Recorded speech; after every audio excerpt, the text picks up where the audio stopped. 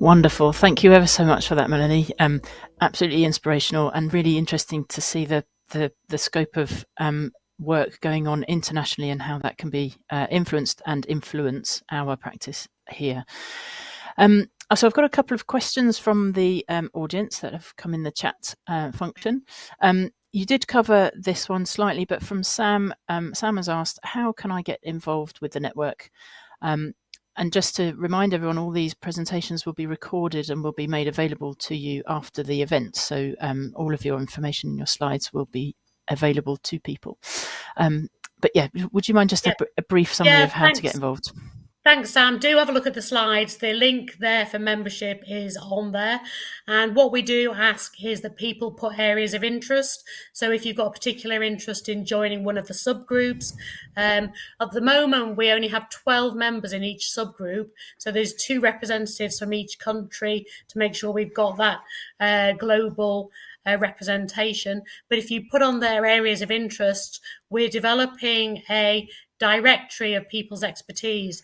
So, for example, recently I was called upon to put forward some leaders in diabetes and in advanced practice in children. So we'll always look to that directory to see who we've got in the network. And I'm really hoping that over the next year, with the Academy launching a series of initiatives, that there'll be more opportunities for people to get involved. We try to have on all of our projects early career researchers or students who are interested in developing their skills, and we'll support them and hopefully develop their skills in those areas. Super. Thank you ever so much. Another question now from Mary. Mary's asked, how do the regulatory bodies of each country feed into this, for example, the NMC? So globally, through the ICN, as I said, we have 130 national nursing associations, and that's where the regulatory bodies have the opportunity to feed into the organisation. So at the moment, each country has one national nursing association, and if you think in the States, they have a huge number of regulatory bodies. The idea is that the regulatory bodies will feed into their member representation. So the UK has the RCN as the member organisation, and the NMC would work closely with the NMC to be able to talk about what the issues are in the UK and to share experiences. And we're really lucky. I don't know how many of you know who the exec is of the ICN, but it's Howard Caton, who has been a big player in terms of the UK development of nursing. And if you get a chance to hear Howard speak, he's absolutely fantastic. Wonderful. Thank you very much for that. A question now from Diane.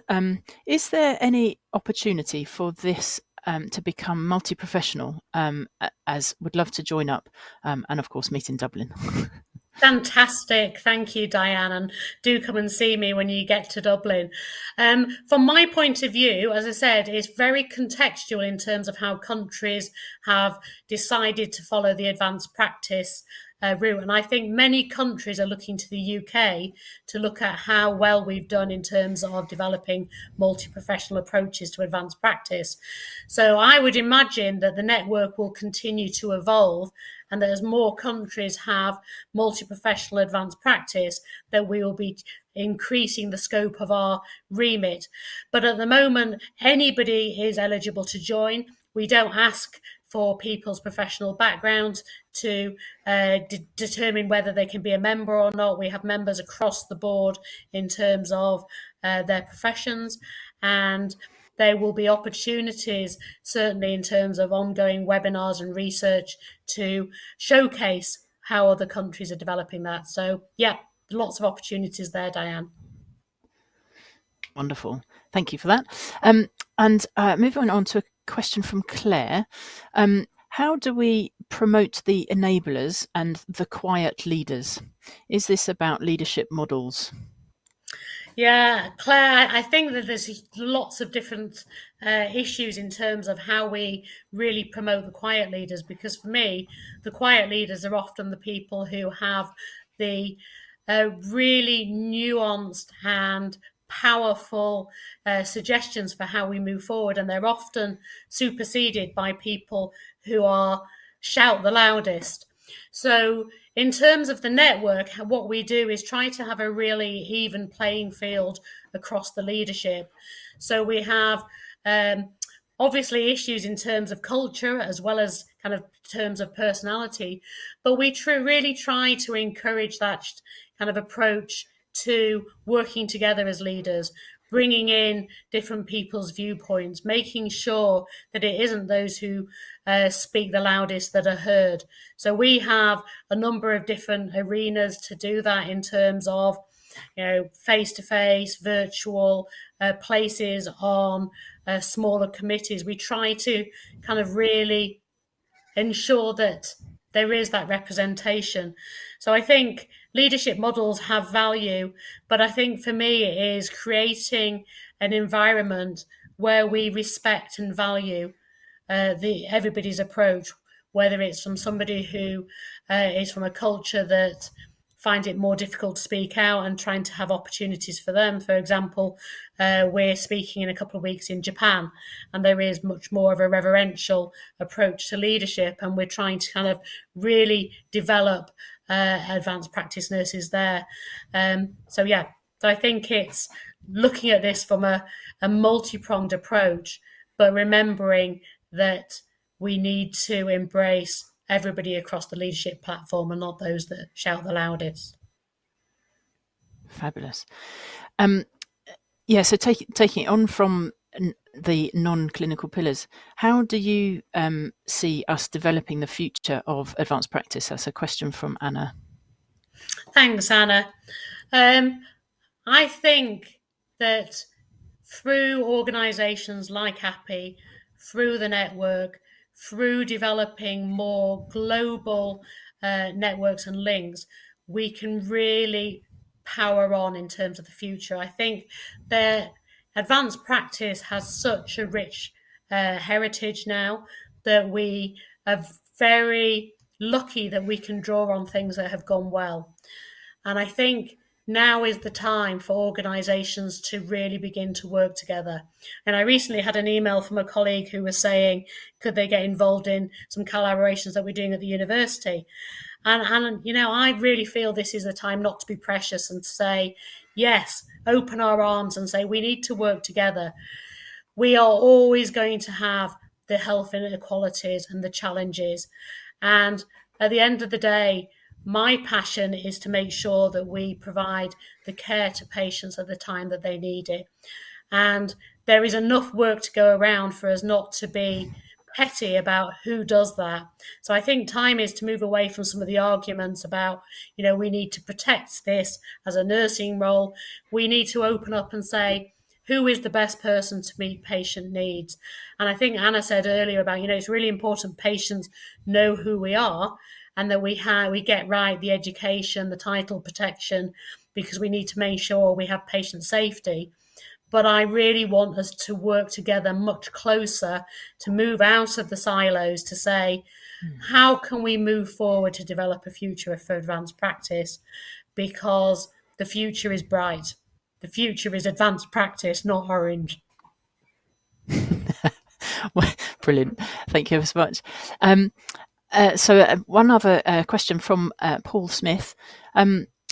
Role identity it's quite a lengthy question. Role identity has been a significant issue for nursing recently, and I think for advanced practice as a whole personally. But can you say a bit more on your thoughts on who this challenge can be overcome and moving forward, please? So let me reread. Yeah, and it's been really interesting, and I was really impressed. We had 3 of our advanced practice students talking at one of our special interest group last week, and I particularly had asked for students to talk from a different background. So we had physiotherapy, we had an optometrist, we had different approaches in terms of how the students embrace advanced practice. And what was really interesting is all of them said, I'm not going to say I'm an advanced clinical practitioner from a physio background or from an optometry background. That is my professional background and my identity. And one of my students did a fantastic PhD looking at professional identity of nurses and how the change for advanced clinical practice sometimes leaves people feeling that they've lost their professional identity. And I think we need to recognise that we have a UK approach to advanced practice, and that is different in each of the regions. But what we do need to do is still continue to embrace our professional identity. And I had this discussion with my mum the other day because I was talking to somebody about my role, and my mum was chirping up, "Well, you're not just a nurse, you're a professor, now, and you're an advanced practitioner now." And I kind of just said to her, "Mum, I went into nursing because I'm passionate about nursing. And although I continue to develop in my work, my professional identity as a nurse, and I will always promote nursing.